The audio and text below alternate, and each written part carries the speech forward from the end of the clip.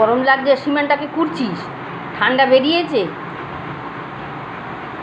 গরমে আর মাথা কাজ করছে না, কুড়ছে, ভাবছে এখানে কুড়লে ঠান্ডা বের করতে পারবে, তাই কুড়ছে গুলু, তাই তো গুলু? পাখার তলায় এসে শো, টেবিলের তলায় শুয়ে কুড়ছে, টেবিলের তলায় ঠান্ডা রয়েছে।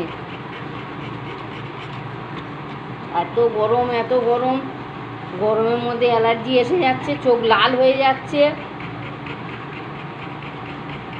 চোখ দিয়ে জল পড়ছে। গত বছর এরকম হয়েছিল বাঁ চোখটা, এবছর হয়েছে ডান চোখটা, ড্রপ দেওয়া হচ্ছে, কিন্তু গরম না গেলে তো আর এটা হবে না।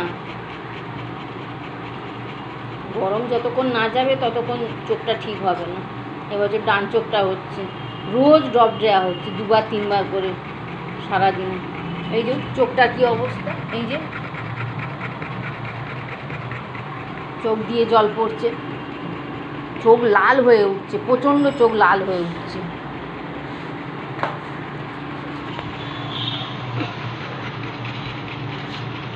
আর লোম তো প্রচুর উঠছে, প্রচণ্ড লোম উঠছে, প্রতিদিন এত এত করে বের করা হচ্ছে, খুব লোম উঠছে। কবে যে গরমটা যাবে, গরমে খুব কষ্ট হচ্ছে, খুব কষ্ট পাচ্ছে মেয়েটা। সবার কি লোম উঠছে?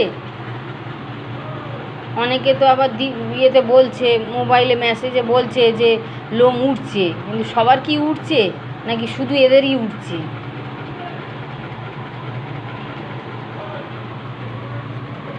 চুপ মেরে গেছে একদম, একটু ছটপট করছিল 2 দিন বৃষ্টি হতে, আবার একদম ইয়ে হয়ে গেছে। বাইরে রোদ আঁকা করছে, বাইরে যাওয়ার উপায় আছে? কি বল গুলু, রাত্রেবেলা পেট মুছিয়ে দেওয়া হচ্ছে, কেন পেটটা ঠান্ডা থাকলে তোরা তো পেটটা দিয়েই মাটিতে শোয়, 2খানা পাখা, একটা পেটের কাছে টেবিল ফ্যান আর একটা সিলিং ফ্যান তো এমনিই চলে সব সময়। পেট মুছিয়ে দেওয়া হচ্ছে যাতে একটু ঘুমাতে পারে, যাতে একটু, সারাক্ষণ ছটপট করছে, সারাক্ষণ ছটপট করছে মেয়েটা। কদিন 2 দিন না 3 দিন বৃষ্টি হলো, একটু ঠান্ডা ঠান্ডা হয়েছিল, কীভাবে যে ঘুমিয়েছে ও চিন্তা করা যাবে না, কীভাবে ঘুমিয়েছে। আবার যে ইয়ে হয়েছে, সারাদিন সারা রাত জাগা, তার মধ্যে ওই জন্য চোখ দুটো আরও হয়ে যাচ্ছে, সারাদিন সারা রাত জাগা।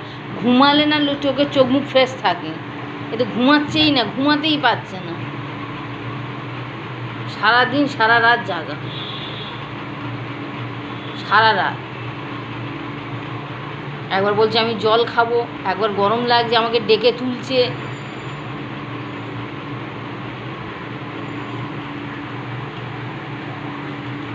কি যে বিচ্ছিরি কাল।